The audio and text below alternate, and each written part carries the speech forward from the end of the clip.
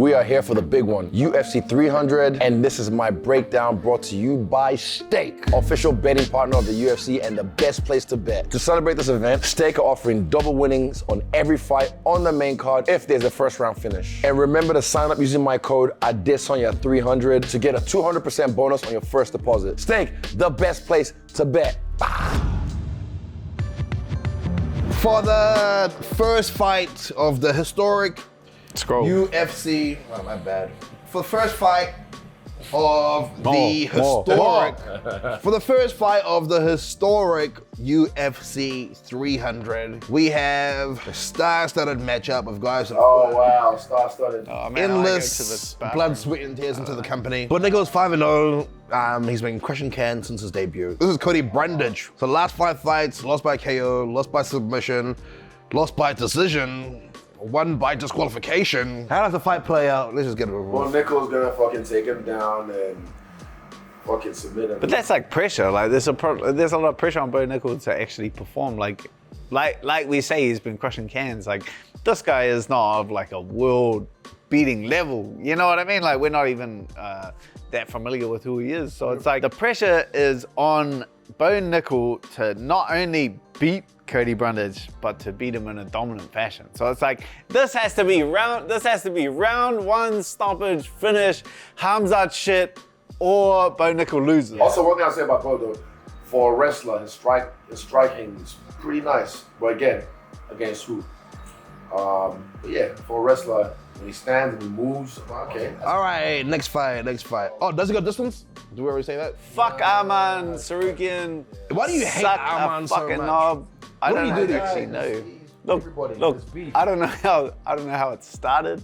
I just know where it's at. Nah, I think he was talking shit like ages ago. Oh, really? Yeah. He was calling me a mug, like calling me up arm, like. We have number 1 ranked Charles Oliveira going up against number 4 ranked Arman Tsarukyan. All right, butchered that. Okay, talk about the style clashes. We'll let Dan start because he's lightweight. Fuck Arman to Tsarukyan. Charles Oliveira's gonna waste him. Light work. Arman, get to the back of the bus. Fucking hate that guy. Charles Oliveira KO round 1. Is that your expert analysis? Expert. You want to draw some diagrams and then do that shit like circle Arman? Look. Fuck this guy. Graphs. You ran into Charles a couple times, haven't you? Oh, Charles, I know Charles. Charles is, fucking legit. Yeah, I used to have beef, but we're right now. Oh, another one. Why did you and Charles I said have we beef? used. What happened? We used to. What I call him? Because he used to just start getting beaten up and then he used to kind of quit. So they used to that made you have beef with him? Yeah, well, I didn't think he was like... He's already having a hard time. He didn't have enough money to like gain my friendship. But now it's really proven himself. I like him. I respect him. I like him. Who is a better striker, Arman or Charles? Charles Oliveira. Better grappler. Charles Oliveira. Better cardio. Charles Oliveira. Better cardio. Charles Oliveira. I don't know. Better cardio, I don't know, but again, I've never seen. More hot. Charles Oliveira. Official Charles Oliveira. Does it go the distance? 3-round fight. Charles Oliveira KO round 1. What, first, second or something? First, second. Touch gloves, butt. Fastest knockout in UFC history. Next fight. We have number 2 ranked Justin Gaethje going up against the number 1 contender. Oh no. The number 2 contender of the featherweight division, Max Holloway, ventures back up to 155 pounds for the second time since trying it at UFC 236 against Dustin Poirier. All right, stylistically, what do you guys think? Max, stay long. I think this is gonna be fucking from the get-go. They're gonna be both nut up. Just let's go. You think? Dust bubbles, yeah. 5 rounds. I think they're just gonna go for it. Why do you think Max doesn't kick as much? He's more of a boxer.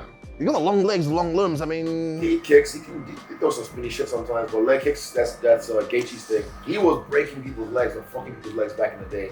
But I think people are just expecting it now. It's kind of like me with my question mark. People are expecting it now, so it's harder to land. So I have to change it up. I think just Gaethje can crack. Gaethje just hits harder. Max is too hittable. I think like maybe a TKO or something like that if he cuts him, like he says, or we go to decision. But I think Gaethje just hits too hard. Max has, I think, better defense than Gaethje. if Max decides to implement that straight away from the beginning, Nah,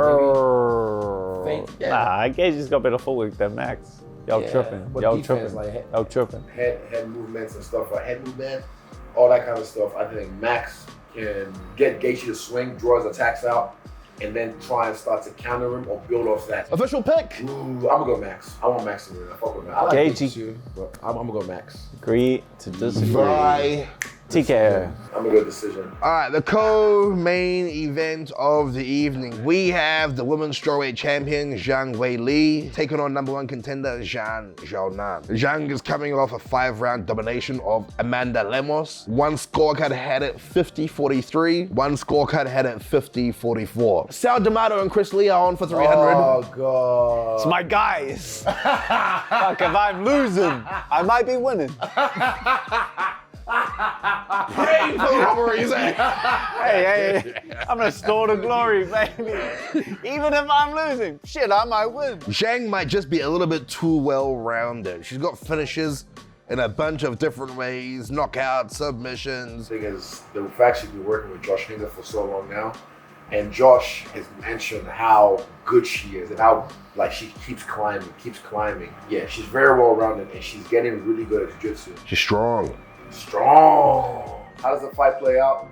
I don't think Zhang Weili is dumb enough to just rush in carelessly trying to knock out Xiaonan. I think Weili's just too strong, too well-rounded. She's gonna pick her shots, and her sidekick, Sanda style, her fucking Sanda sidekick is almost as good, if not just as good as a jab. I think Weili's too strong, too fast, too well-rounded, and no disrespect to Yan, but she's gonna get pieced up in this fight. I'm gonna go Zhang Weili decision. Weili, decision, domination. All right, for the main event of the evening, Alex Pereira takes on Jamahal Hill. You take the cake. You take the cake. This is your show. Light heavyweight. It's your guy and your guy. It's my friend, two of my friends, two of my peoples. Come on, All right, take it away. Cool. So, this fight, Alex is gonna try and kick Jamal's legs. I don't think that's a fucking secret. It's his thing. Jamal knows this. Jamal I don't think is scared. Jamal has got knockout power, scary knockout power as well. Alex can get knocked out. And something Jamal said, which I don't know if it was overlooked or not, but he said, look, who is someone Alex Pereira has just outclassed in a fight? Not just knocked out, but like outclassed in a fight until he knocks them out. And this is the reason why when I was fighting him, the 4th time, and people were like, oh, you're gonna be 4-0 against him. I'm like, nah, I can beat this guy. First time I thought I beat him. 2nd time, I was beating him till he got me. 3rd time, I was beating his ass. Then he got me. And I'm like, I know how to beat this guy. And Jamal made that point saying he's beatable. And we all know this. I've proven it. So yeah, Jamal is just gonna try and touch him at some point, but avoiding the leg kicks is the tricky bit, and I know Jamal has some remedies for that. Good matchup, I think. Like stylistically, Alex with the low kicks would be hard for Jamal to deal with, but he's like already made fun about it. Like he's come out and like yeah, it's hilarious. He comes out on TikTok, so it's like you can't come out on TikTok making fun of someone's low kicks and then lose to their low kicks. So he obviously has a plan installed for that. If it comes down to a punching battle, I think it's 50-50. I think Jamal is being overlooked a little bit in this fight. I feel like he has the knockout power, and I'm going to side with Jamahal Hill. How does the fight play out? We know what Alex likes to do. 5 rounds, so it's going to be a slow start the first round. They'll figure each other out, get some shots off. Alex is going to be throwing the leg kick, and Jamal will be finding his jab and trying to get his fist to Alex's head, not just the chin, his head somewhere. Because Jamal, the one with Johnny Walker, bro, that was probably, I think, here. Top of the dome. Bro, and then that's why I did that. That's why I did the late. Yeah, bro, he shuts people off. But again, on the dome, and then like just went, fuck, that was insane. But yeah, I'm gonna go Jamal by KO. Well, first 2.5 rounds or second half? I think it's gonna be in the first 2.5. Yeah, I think Jamahal Hill, I think because he's Israel's mate and I don't want to see him at the after party and then I picked against him. Jamahal Hill because Israel Adesanya said so. Me for the victory? Whatever he says. KO. When I first came into this fucking game, or before that, I used to watch this shit all the time. All the embeds, all that kind of shit. I used to watch Dan as well, paved the way for guys like us. And then it's crazy to be here now. to be here now, UFC 300, like the sport from where it started to where it is now. It's amazing. Still the fastest growing sport in the world. Still exciting. No, but there's moments where you get into like these moments and you're like, man, you really do this shit for a job. Fuck, really like, what a life. And then, yeah, I just feel grateful. And I'll get these moments when I'm in Vegas. When we're sitting there watching 300, we'll be like, Facts. nigga, we do this shit. Let's go! Hey guys, what's up? Izzy here. Like, subscribe, and comment if you enjoyed this video.